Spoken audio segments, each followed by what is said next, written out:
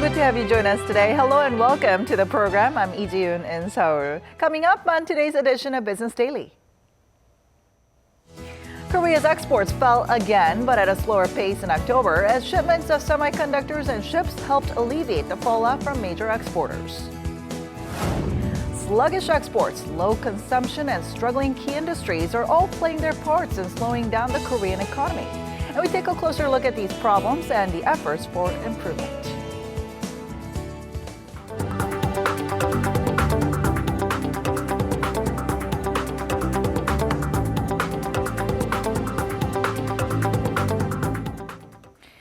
Korea's exports are on the slide again after a slight rebound at the end of the summer. That was the first in almost 2 years.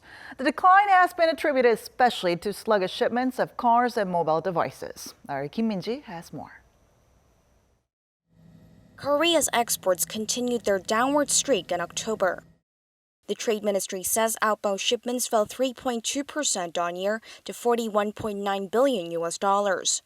Exports had dipped for 19 straight months, turning around for the first time in August and then falling again in September.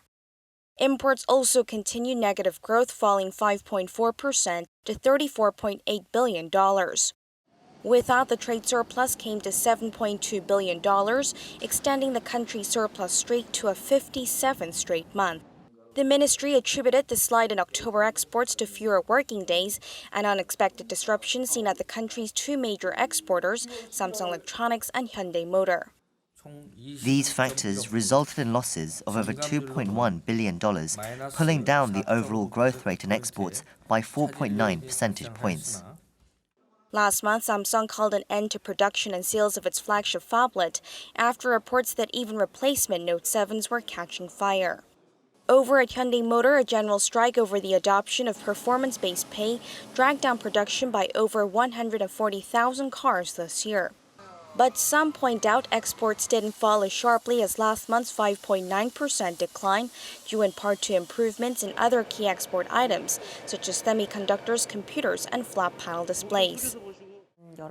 The negative factors have been concentrated in Korea's key sectors. While overall exports are still on track for recovery, it's important for the country to move to foster new areas of growth, as well as expand opportunities in markets that are faring better than others, such as India, Vietnam, and Iran. For the remainder of the year, while the decline in exports is expected to slow, it will still likely be a tough road ahead due to weak growth in the global economy, as well as a possible rate hike in the U.S., which could offset the recovery momentum. Kim Min-ji, Business Daily. Korea's consumer prices grew at the fastest pace in 8 months in October. Statistics Korea says prices went up 1.3% last month from a year earlier, also marking 2 straight months of increase in the 1% range. The rise was mainly led by a sharp uptick in agriculture, livestock, and fisheries products that soared over 8% in October on year, pulling up overall prices by 0.6 percentage points. The effect from a cut in electricity fees that caused overall utilities to plunge almost 14% in September also tempered last month, with prices dropping 8.2%. The global price of DRAM chips surged last month, recording the highest increase in 43 months. According to market tracker DRAM Exchange, the average contract price of chips, mostly commonly used for PCs, rose over 25% in October on month to $1.88. DRAM Exchange says this is largely due to the rise in demand for PCs and servers. The price hike is expected to boost fourth quarter performances of Korea's major chip makers, Samsung Electronics and SK Hynix. The two firms make up nearly 3/4 of the global market share.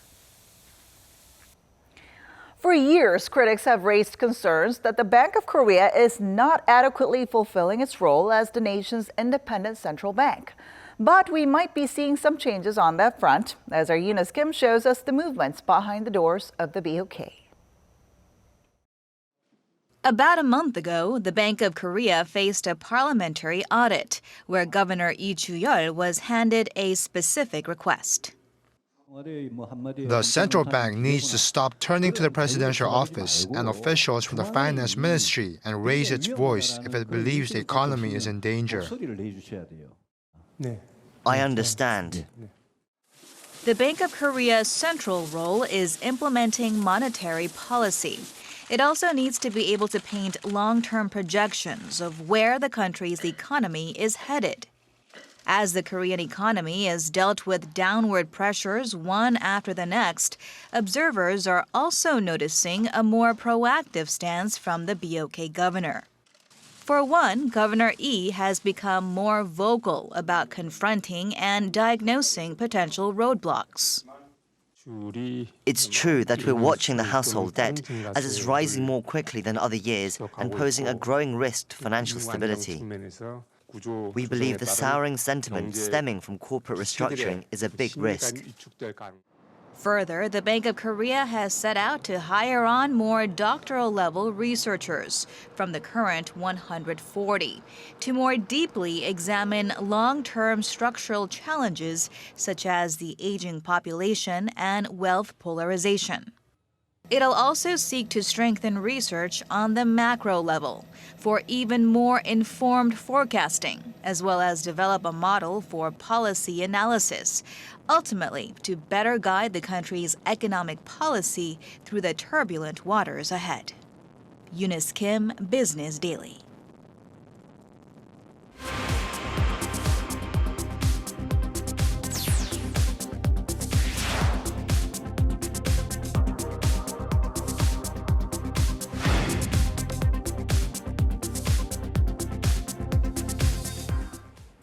Things are not looking too rosy for Korea's economy right now. Falling exports are weighing on corporate investment, and consumers are cutting back on spending. And the country's shipping and shipbuilding industries are going through their worst times yet, while household debt levels keep on hitting record highs. On top of all this, casting a darker cloud over the fourth quarter is an ongoing political scandal involving President Park Geun-hye and her longtime confidant Choi Soon-sil. So what lies ahead for Korea's slowing economy, and what can be done to get it back on its feet? Let's find out. In an effort to boost the competitiveness of the local shipbuilding industry, the Korean government said it'll extend support by placing orders for more than 250 vessels worth $9.6 billion by 2020. The plan includes extra funds for collaborative projects and research and development into high value-added services and products. In line with this, measures to support local shippers were also unveiled following the collapse of Hanjin Shipping, which applied for court receivership back in August. On top of the two ailing sectors, Korea's overheated property market has also been causing headaches for the country's economy. There have been signs of abnormal superheating, such as skyrocketing home prices and an unusually high number of bids for new houses, especially in Seoul's Gangnam-gu district and other popular areas. On top of this, the scandal surrounding the top office and President Park Geun-hye's confidant, Choi Soon-sil, is raising questions about political stability. Experts say that the scandal is big enough to have a negative impact on investment, consumption, and the economy as a whole. And for more on this, Professor Yang Jun-suk from the Catholic University of Korea joins us in the studio today. So good to see you. Happy to be here. All right, so let's start by taking a closer look at the government support plan for the country's shipping and shipbuilding industries, which were announced yesterday. First, the Korean government will close down 7 of 31 docks run by nation's 3 biggest shipbuilders and cut their combined workforce by 32% to restore competitiveness. Now, at this point, how effective do you think this plan will be? Well, it's questionable, at least in my opinion, because they're keeping all 3 companies but making it smaller. Now, in order for these companies to survive, they have to become more competitive, more productive.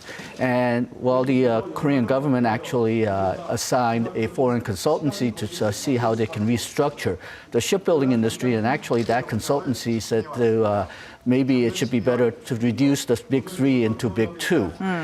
So it's not entirely clear whether keeping all 3 companies on a smaller scale will improve their productivity. Now, I like the idea that they will privatize Daewoo in the long run. Okay. But in order for them to privatize Daewoo, it has to become at least somewhat profitable, and it's not quite clear whether they will be able to do that. The aspect of the plan that I am interested precedent, though again, I'm not quite sure if it'll be successful, is that the government will assign or build more Navy ships, Coast Guard patrol ships, and container ships, and assign it to these three companies. Okay. Now, that might be successful, but we'll have to see how it goes because, well, due to political pressures, they might build more ships than Korea really needs.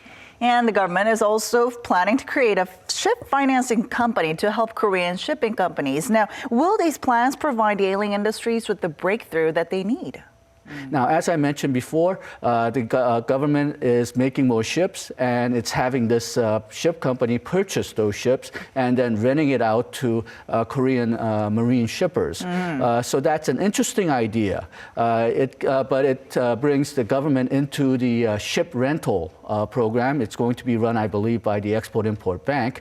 But given the experience that we saw KDB doing with Daewoo, right. I'm not quite sure whether the Export-Import Bank has the expertise or the political independence to actually run this company well.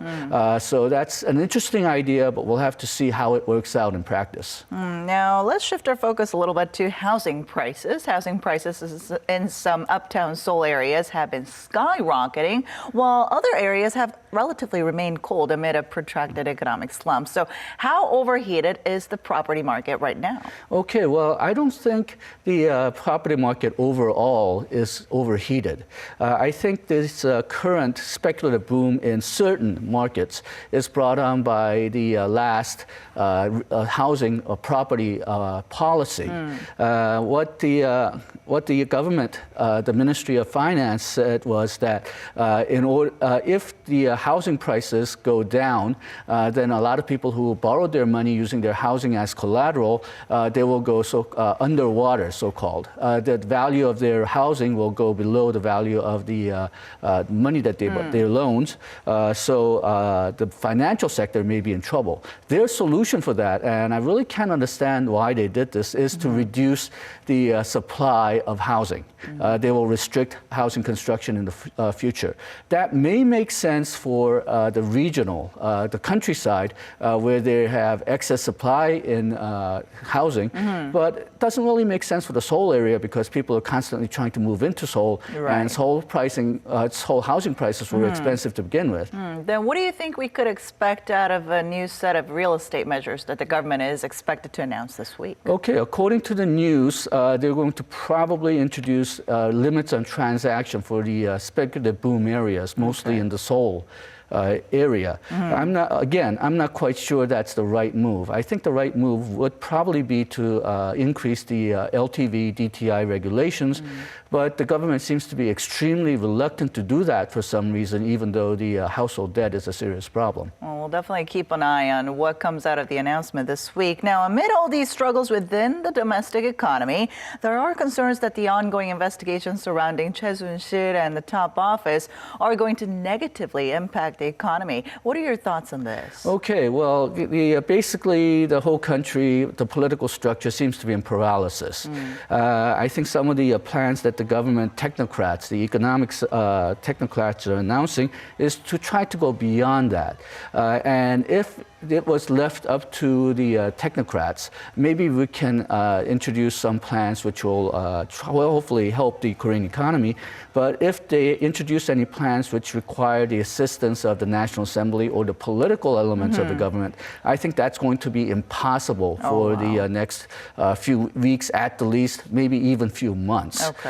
So I think any kind of economic plans we have to try to get the Korean economy out of the doldrums is going to be very slow, and if it involves a lot of political controversy, perhaps even paralyzed as well.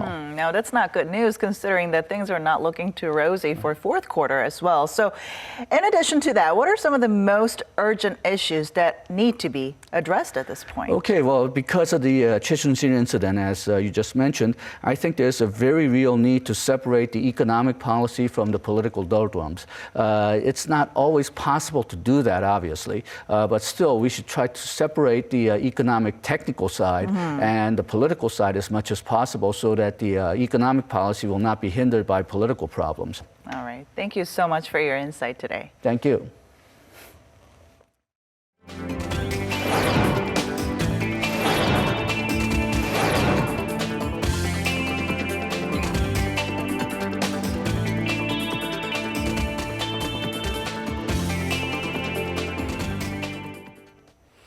And that brings us to the end. But we'll be back tomorrow with more business news that matters to you. So don't forget to tune in then. Thanks for watching and goodbye.